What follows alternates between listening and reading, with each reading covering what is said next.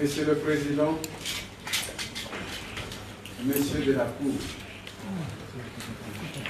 nous venons de suivre avec beaucoup d'attention les observations faites par la partie défenderesse. Non, là c'est le rapport du juge. Nous venons de suivre le rapport du juge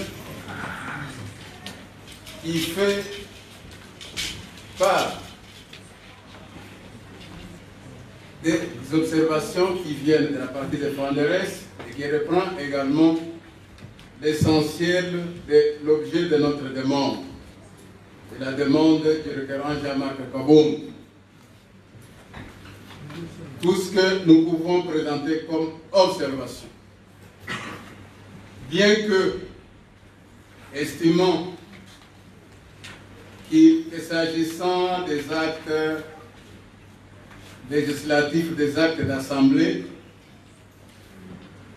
il n'y a pas lieu que la Cour constitutionnelle examine cette affaire.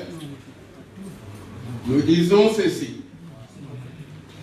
Le vote qui est intervenu au niveau de l'Assemblée nationale, effectivement, c'est un acte d'assemblée. Mais ce vote a été émaillé de beaucoup d'erreurs, de beaucoup de violations qui ont énervé les articles 19, alinéa 2, et alinéa 3, excusez-moi, et article 62, 61, alinéa 5 de la Constitution.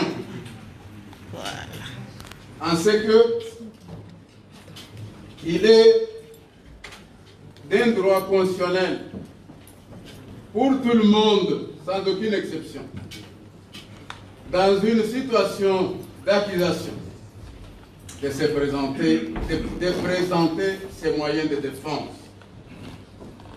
D'ailleurs, les Romains, dans l'Antiquité, avant l'arrivée de Jésus-Christ, avaient tranché, quand vous lisez le livre d'Actes des Apôtres, au chapitre 25, verset 16, les Romains disaient quoi déjà à l'époque-là? Qu'on ne peut pas condamner un accusé avant de l'avoir mis en présence de ses accusateurs pour qu'il présente ses moyens. Mais c'est curieux, nous sommes au XXIe siècle.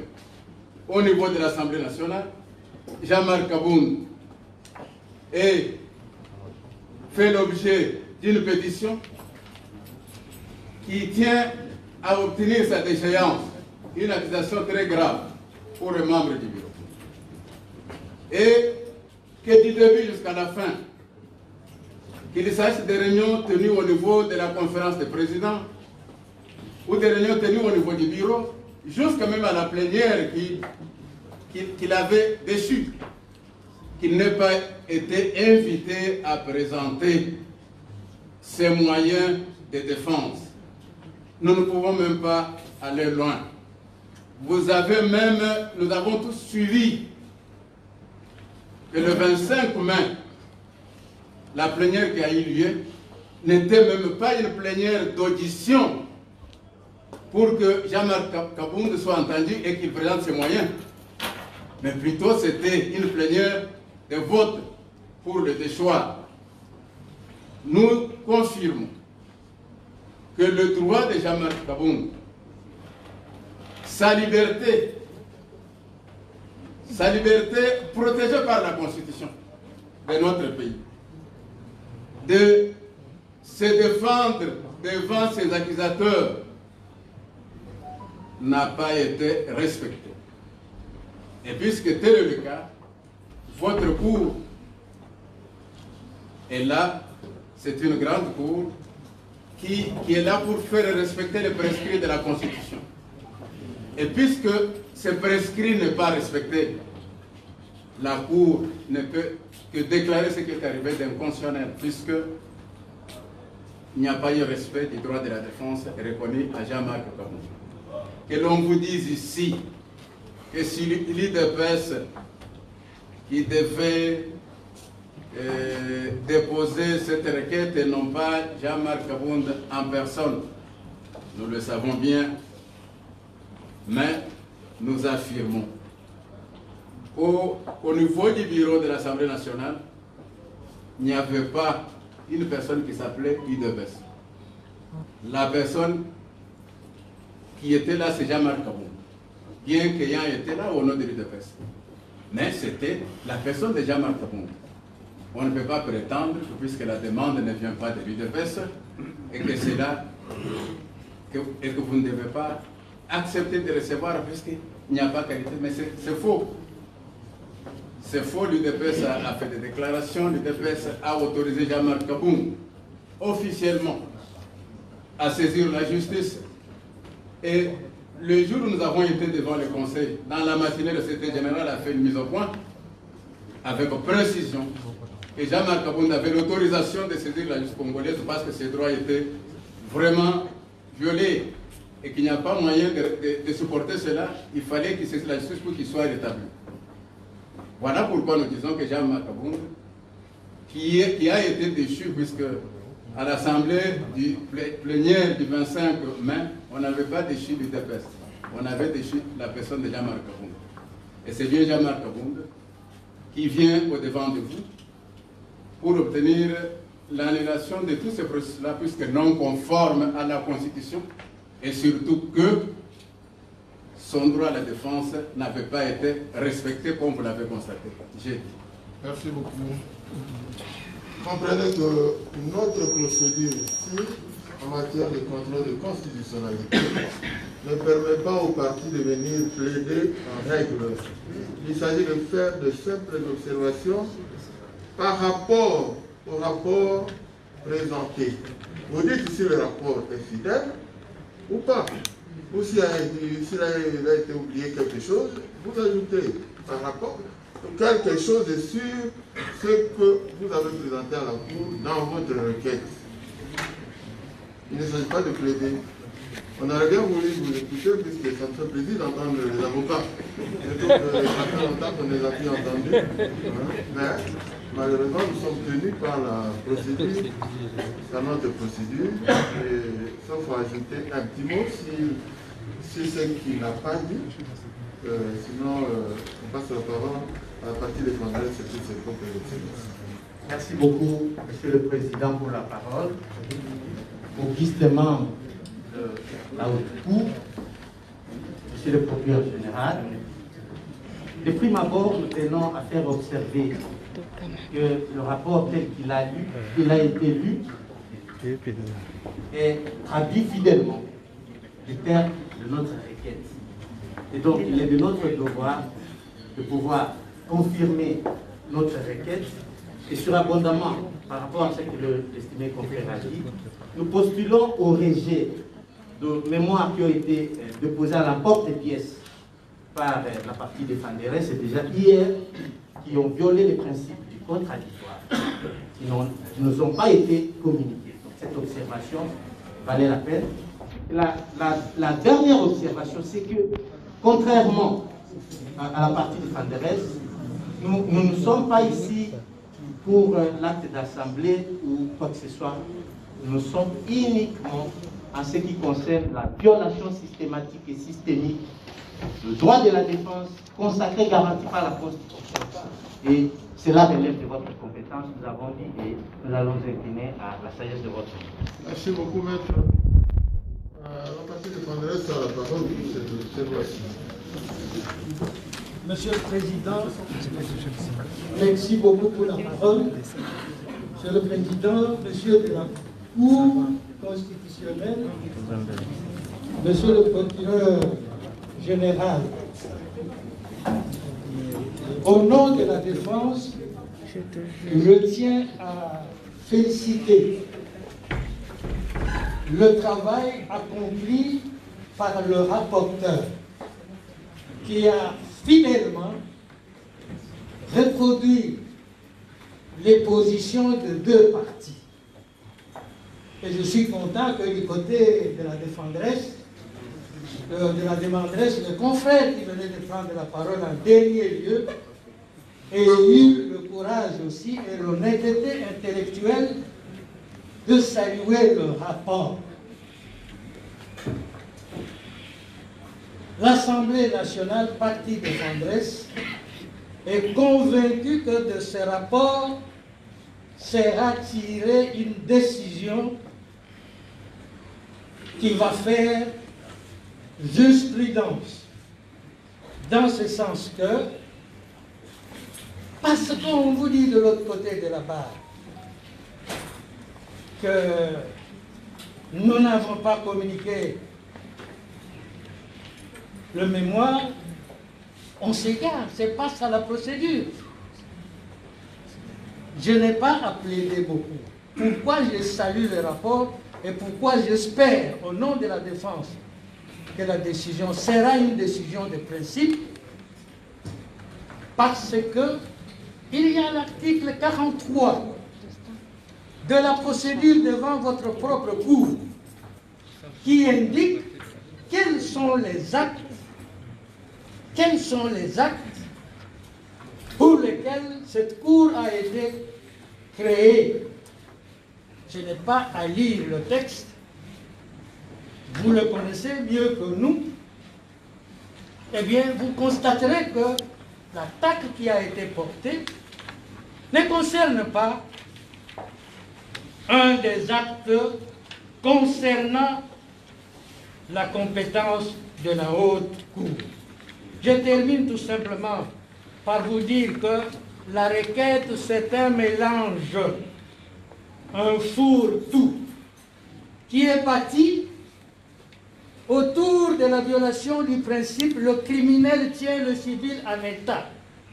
Le criminel tient le civil en état, comme pour dire « le criminel tient le parlementaire en état ». Non.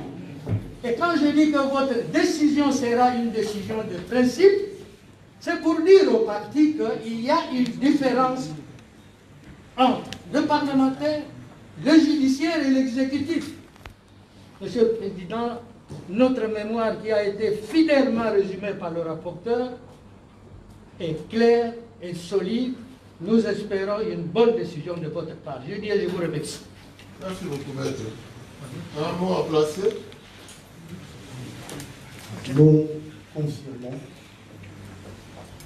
les propos de M. le bâtonnier national dans le collectif et nous insistons sur le fait bien relevé dans le rapport que dans la requête de la partie demanderesse, ils ont eux-mêmes évoqué l'article 24 du règlement intérieur de l'Assemblée nationale.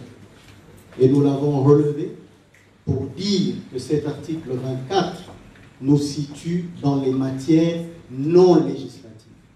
Ce qui nous ramène dans la brillante position soutenue par M. Bâtonnier et dans notre mémoire Vous adressez à la Cour, que nous sommes dans un acte d'assemblée.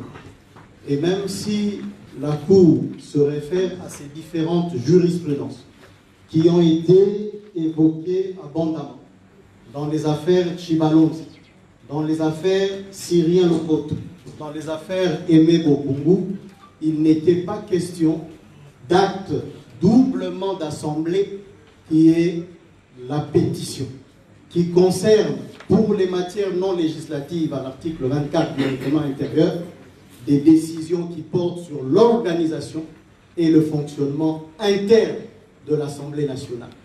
Et pour ce faire, les principes qui conduisent le contradictoire ont été respectés.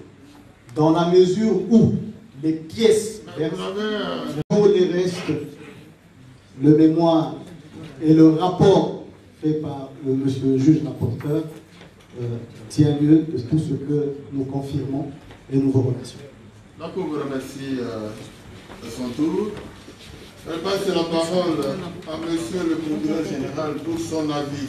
Lors de l'Assemblée, lors de la première plutôt de l'Assemblée nationale de 1995, la référence s'inscrire contre la procédure engagée pour arriver à destitution. Et à ce propos, il invoque la violation de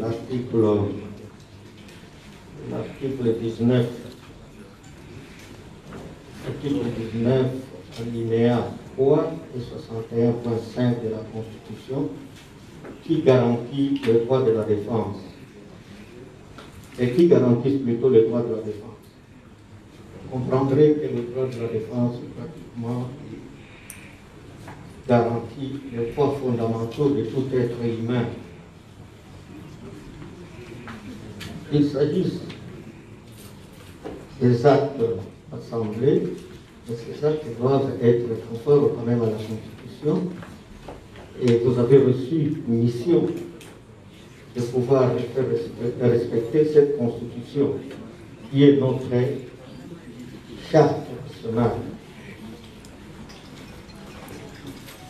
Il soutient encore que contre toute attente, et sans qu'il soit préalablement efficace, préparer et présenter ses moyens de défense, Madame la Présidente de l'Assemblée nationale avait soumis au vote la dite pétition.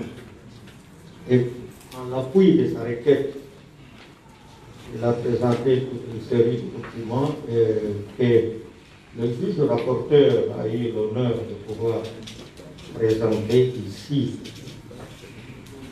Ainsi, au terme de l'article 19 alinéa 3 et 61.7 de la Constitution, le droit de la défense étant garanti. Même lorsque l'état de siège ou l'état d'urgence aura été proclamé conformément aux articles 85 et 86 de la présente Constitution, il ne peut être dérogé aux droits et principes fondamentaux énumérés ci-après, le droit de la défense et le droit de recours. L'article 25 alinéa 4 du règlement intérieur de l'Assemblée nationale dispose que toutefois, en cas de faute grave ou d'incompétence constatée par la plénière dans l'exercice de ses fonctions, un membre du bureau peut être relevé par celui-ci suivant une procédure contradictoire. Dans ce cas, le remplaçant est élu pour le reste de la durée du mandat du membre déchu. Ainsi, la Cour constatera que le droit de la défense du requérant a été violé par le Bureau national qui ne lui avait pas donné l'occasion de soutenir ses moyens de défense. Il s'ensuit que le vote intervenu en date du 25 mai 2020 relatif à la déchéance du requérant a été fait en violation de la Constitution, notamment son article 19 alinéa 3. Il est donc nul et de nul effet. La procédure est pas gratuite. Vous allez vous déclarer d'abord compétent, dire la requête recevable est fondée, dire qu'il n'y a pas lieu au paiement des frais d'instance et vous ferez discuter. La Cour vous remercie, Monsieur le procureur général.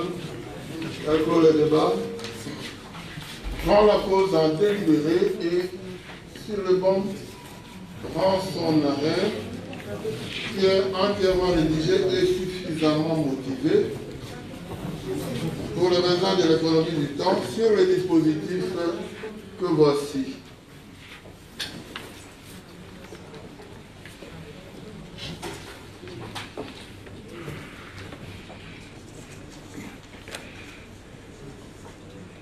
Par ces motifs,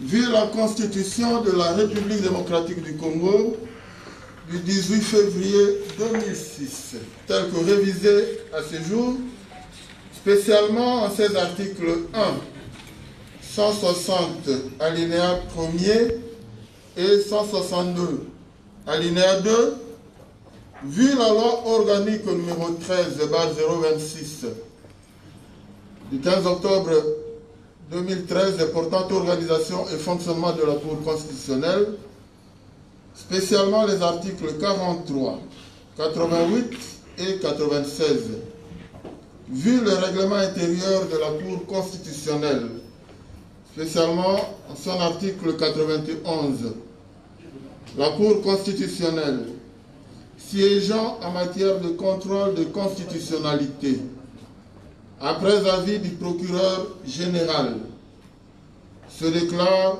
compétente pour connaître de la requête. Dit celle-ci recevable, mais non fondée. Dit qu'il n'y a pas lieu à paiement des frais d'instance. Dit que le présent arrêt sera signifié au parti, au président de la République, à la présidente de l'Assemblée nationale, au président du Sénat, au Premier ministre, sera publié au journal du Congo, ainsi qu'au bulletin des arrêts de la Cour constitutionnelle. La Cour a ainsi délibéré et statué à son audience publique de ce jour, 17 juin 2020, à laquelle ont siégé messieurs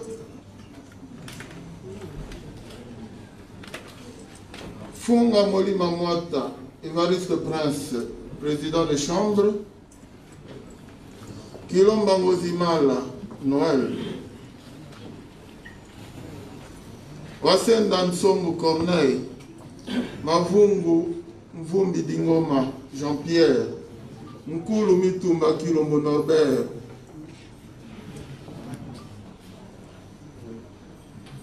Bokona Ouipa Bonjali, François, et Mongulu Tapanga de Polycarpe, juge, en présence du ministère public, représenté par le premier avocat général, Tolibaki Lusolo Michel, avec l'assistance de Madame Balutimondo Lucie, greffière du siège.